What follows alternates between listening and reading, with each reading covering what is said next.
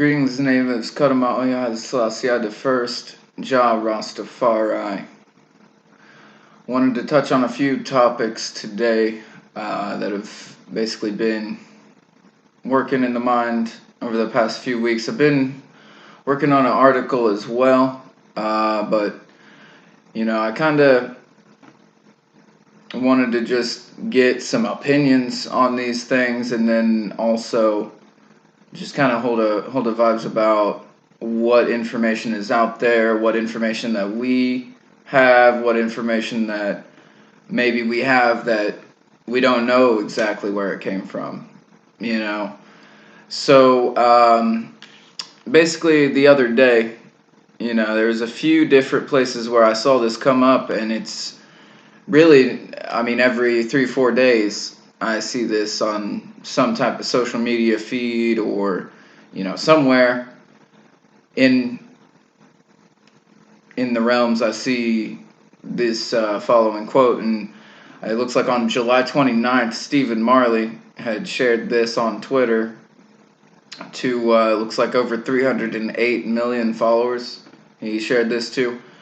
So I know I don't go more than a few days without seeing this quote, but I would kind of assume that, somebody who would have made a living for decades of singing about his Imperial Majesty, it might be a little more important to kind of vet the quotes, and that's why we see, it looks like here in James chapter 3, "My brethren, be not many masters, knowing that we shall receive the greater condemnation." So what that basically says to me is that in this day and age, you have hundreds of friends on the Facebook, hundreds of followers, thousands, sometimes millions, if you're, a person that's in the spotlight, so to speak.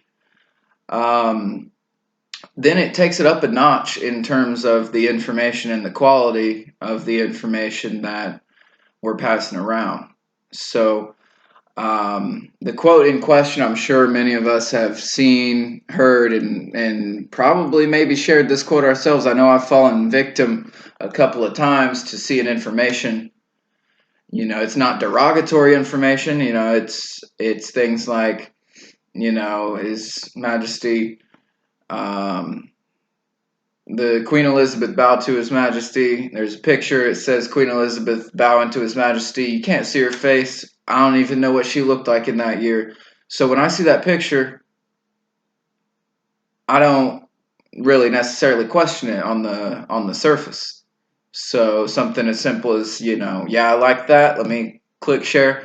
That action of sharing that message, whether you had created it yourself or just sharing something that somebody else had stated, that's passing that message on to tens, hundreds, thousands, or millions of people. 10 years from now, somebody could still see where some of this misinformation would be posted. If I share misinformation today, 10 years down the line, somebody can look me up, Ross Red, on Facebook. They scroll through 10 years back and it's still there. So that's why we need to definitely be careful. The quote I'm talking about specifically is going into detail about spirituality and religion, and I'm sure we know of this quote. "The temple of the Most High begins with the human body, which houses our life, essence of our existence." It says that Africans are in bondage today because they approach spirituality through religion provided by foreign invaders and conquerors. We must stop confusing religion and spirituality. Religion is a set of rules, regulations, and rituals created by humans, which we are supposed to help grow spiritually.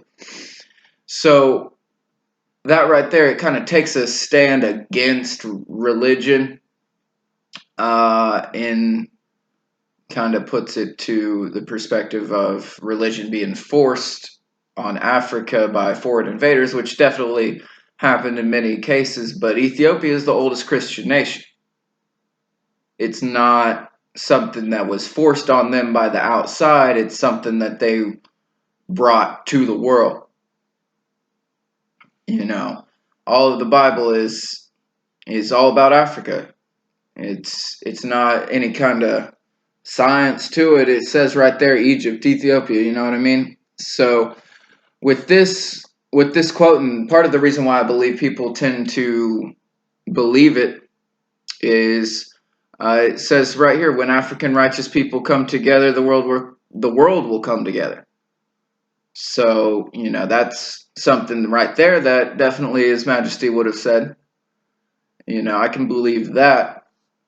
But what happened is, this is a quote from it looks like Apollo N.K. Nvinge, in a book about Haile Selassie. So I can kind of understand where somebody, if they're reading the book and they see this quote, they might not necessarily take into consideration that it's the author's preface to the book, or what the case may be. I don't know. I've never had the actual book. It seems to be pretty rare to find it. But somebody can pick up a book here. They read it, something happens, and then they, I want to share this. I want to make a picture, make an image about this great quote. So I put it on there, I post it, and then it gets shared and retweeted and all that. And then before you know it, we're taking it on the face value just because it's not something derogatory or accusatory or anything like that. It's not a negative type of thing. So with that being said, what His Majesty actually says about religion, and I mean, different people have different viewpoints on the term religion, and it says here, the voice of Ethiopia in 1948. His Majesty says, to make our wills obedient to good influences and to avoid evil, therefore, is to show the greatest wisdom. And in order to follow this aim, one must be guided by religion. One must be guided by religion, according to His Imperial Majesty, in order to be obedient to good influences and to avoid evil. So, if you want to have the definition of religion as, strict rules enforced on one by another, I could definitely understand that. But the definition of religion, according to His Majesty, would be the way to make our wills obedient to the good influences and to avoid evil. So he also goes on to say, progress without religion is just like a life surrounded by unknown perils and can be compared to a body without a soul. So a life without religion is like a body without a soul. So to me, that means that there has to be a different definition of religion. There has to be a religion. And what religion? To me, I would define it as the language of spirituality. It's not a separate thing from spirituality. It's not a separate thing from science. Religion is how you interact with your Creator, And I mean, he really speaks on no uncertain terms about religion, and I feel like there's a broad spectrum within that, so where that everybody doesn't need to be doing the same thing or thinking the same way. But without some sort of, and if you want to, but by this definition here, I'm kind of looking at that as just your general kind of lifestyle. You know what I mean? It says all human inventions, from the most primitive tool to the modern atom, can help man greatly in his peaceful endeavors. But if they are put to evil purposes, they have the capacity to wipe out the human race from the surface of the earth. It is only when the human mind is guided by religion and morality that man can acquire the necessary vision to put all his ingenious inventions and contrivances to really useful and beneficial purposes.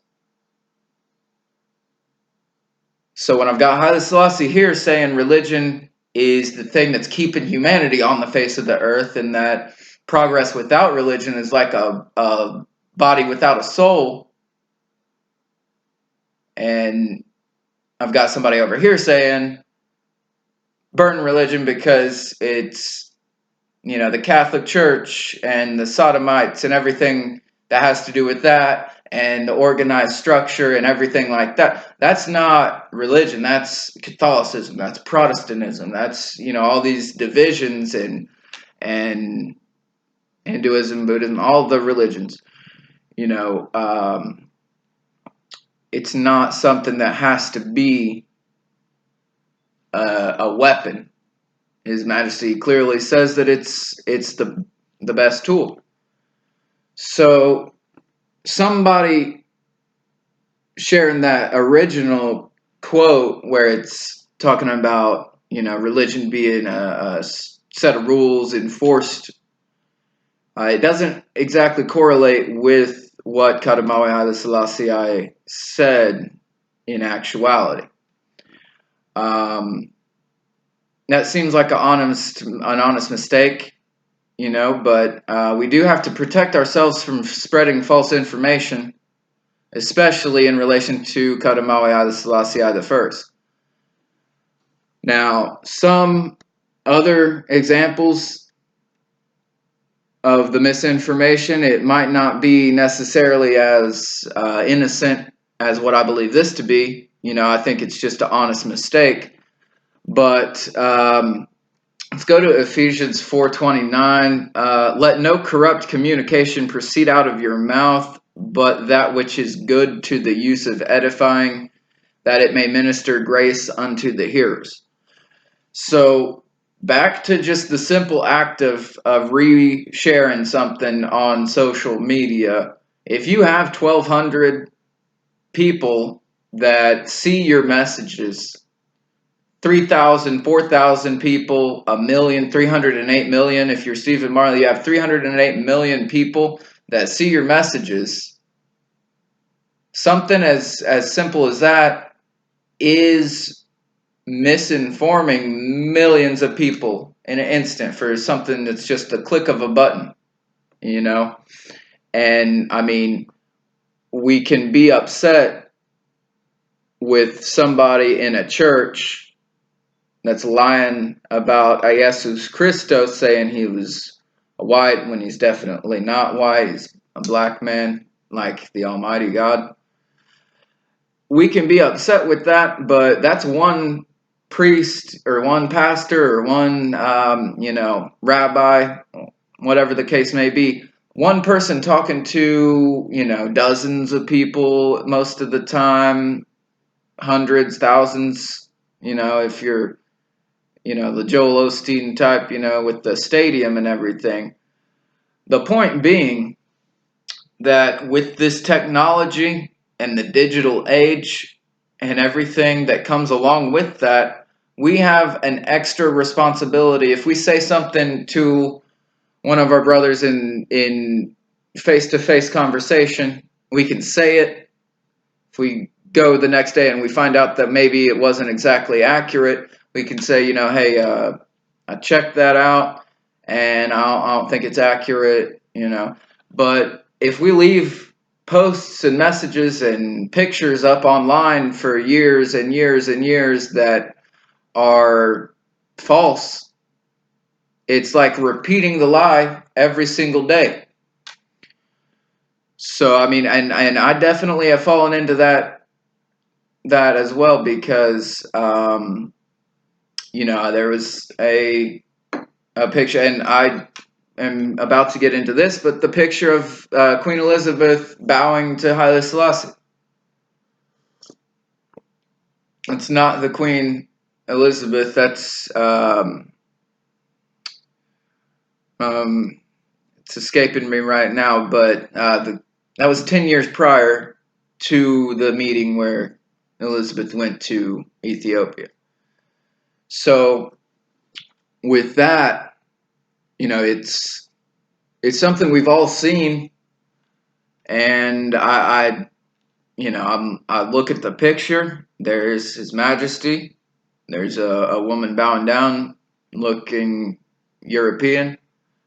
But then when you check the timelines of everything, 1955, I believe, is when the photo was taken.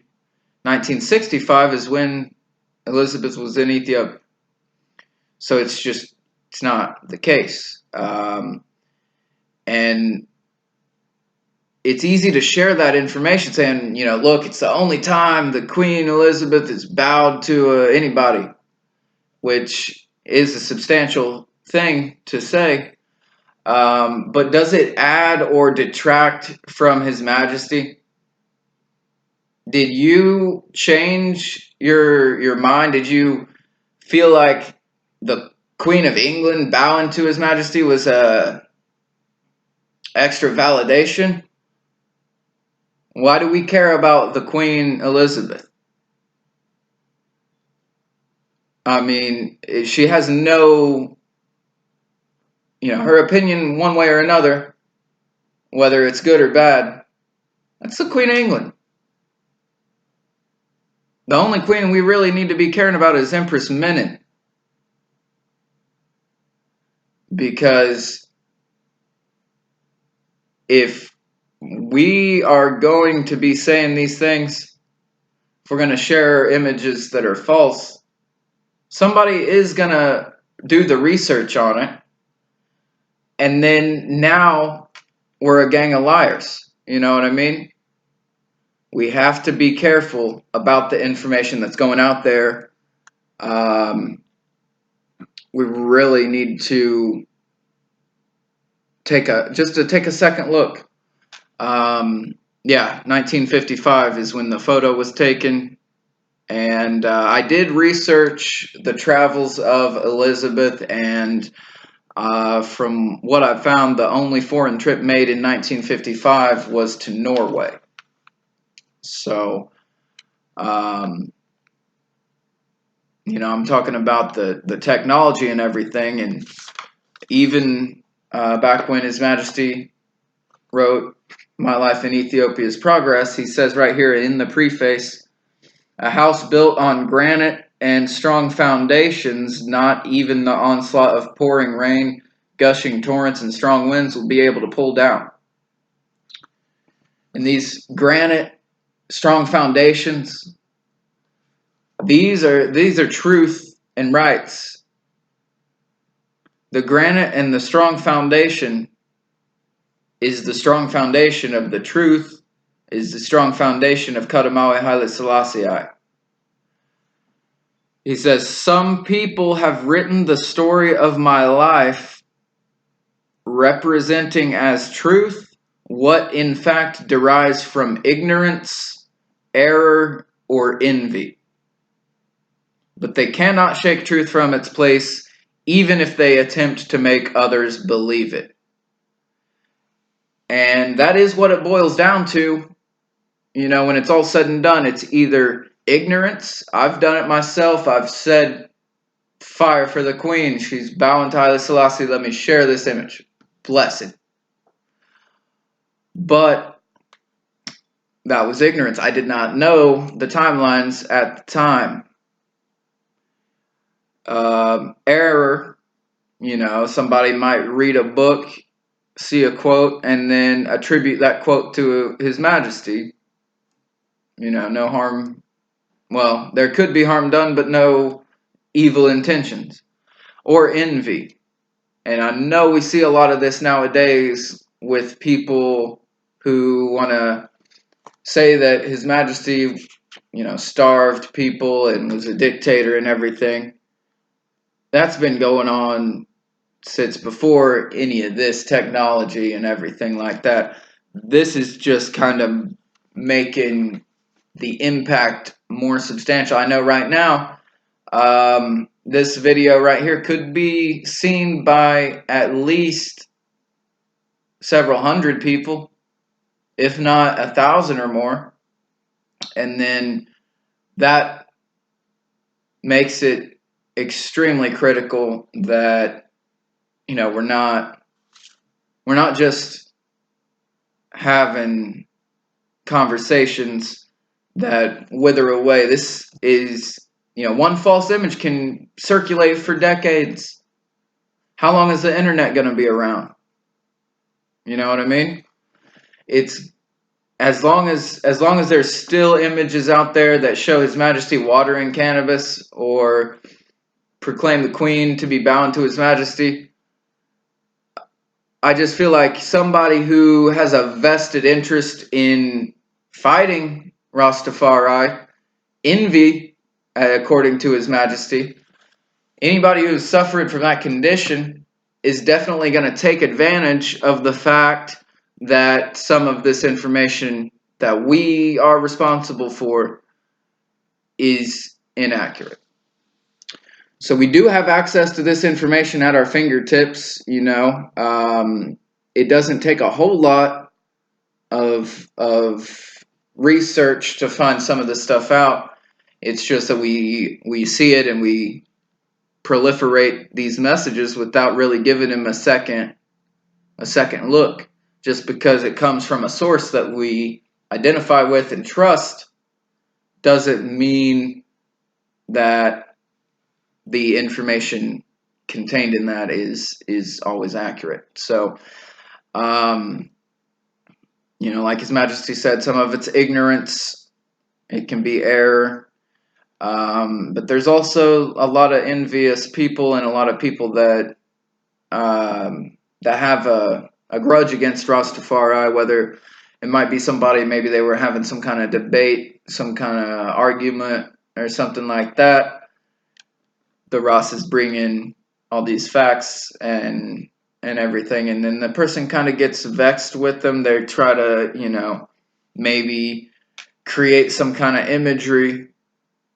And I mean, you can just look at any of the groups, the group chats and messages and everything. There's always somebody in there trying to ruffle some feathers and trying to start some trouble. So, you know, it's easy to see somebody that might be insulting a Rasta man, and then they get the facts thrown back to them. They go off upset and they start making this propaganda, and that's what it is. It's propaganda because, you know, we're not the ones saying that originate some of this information.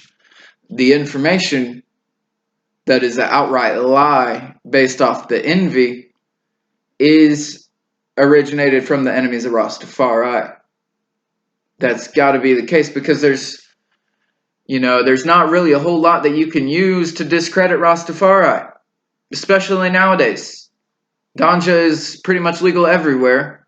That was the main thing, you know, stereotype and, you know, the main thing to keep us from being taken seriously. Now they don't have that. Ganja is at least tolerated, and it's definitely not, you know, right here where I am. It's illegal still, but even then, you know, it's not something that people are condemned for or looked down on. I mean, I tend to be surprised when I find somebody who doesn't smoke. So, that really there's no ammunition for anybody fighting Rastafari except for lies and misinformation. So with that being said, let's look at some of this other information here. And this is one that I feel like is probably, and I mean, I don't know this for sure, but I feel like it's probably made by somebody who was upset with Rastafari because they were probably disproven or something of that nature. But the image, and I am 100% sure that everybody seeing this video right now has seen this image of Haile Selassie watering a cannabis plant, giant. And when you look at it, it's obvious, it's kind of way too big to be real. But when you see that, you think, okay, Haile Selassie watering ganja, Rastafari. It's a lie. It was a bush, a regular bush. And the thing that really kind of makes this a weapon is that somebody who may be looking for more information on Rastafari, it's not even necessarily somebody who already has like a grievance against Rastafari, somebody who just simply is curious about what I believe. They can see this image, and then if they look into it and they find the real image, again, it makes us look like a gang of liars, and that's not the case. So we need to be careful in what type of information moving forward that we promote, create, share, like, because the act of sharing that to other people, it's the same as getting on top of an altar and preaching it to a bunch of people. It's no different. So what I'm saying is that we should definitely have a centralized, maybe database of misinformation, lies, and all of this, so that we can kind of all try to get on the same page about this, because I hate seeing these images being shared and everything, because they're not true. And even if they're good, even if it's a good message, if it's not true, it takes away from everything else that is true in the eyes of someone who doesn't know the right from the wrong. It says here, and this is Revelations 22:14. Blessed are they who do his commandments, that they may have the right to the tree of life and enter through the gates into the city. For without are dogs, sorcerers, whoremongers, murderers, idolaters, and whosoever loveth and maketh a lie. So, I know, and I want access to the gates into the city. How many lies have I loved accidentally? I know for the longest time, every time I saw the picture of Elizabeth bowing to His Majesty, it was a great feeling. I love that picture. But, now we find out that that's not the case, and it was always known. I just didn't do the little research that it would have took, because, I see it on face value and didn't really think too much more about it. Just because His Majesty is so glorious, I thought, of course she would. So, I hope that I haven't, promoted anything, that would fall into that category. But we always don't know some of the information that we're sharing and that we're exposed to. We don't know if it's true. We don't know if it's false, and we don't know if it's got ulterior motives behind it. So, really, the only people benefiting from that are the ones that fight against I. So, the main thing, really, we're coming up on 30 minutes now. It wasn't supposed to be any situation like that, but one thing I just wanted to encourage is to just, anytime we're about to hit that share button, let's take a extra second, and find out if that's actually the case.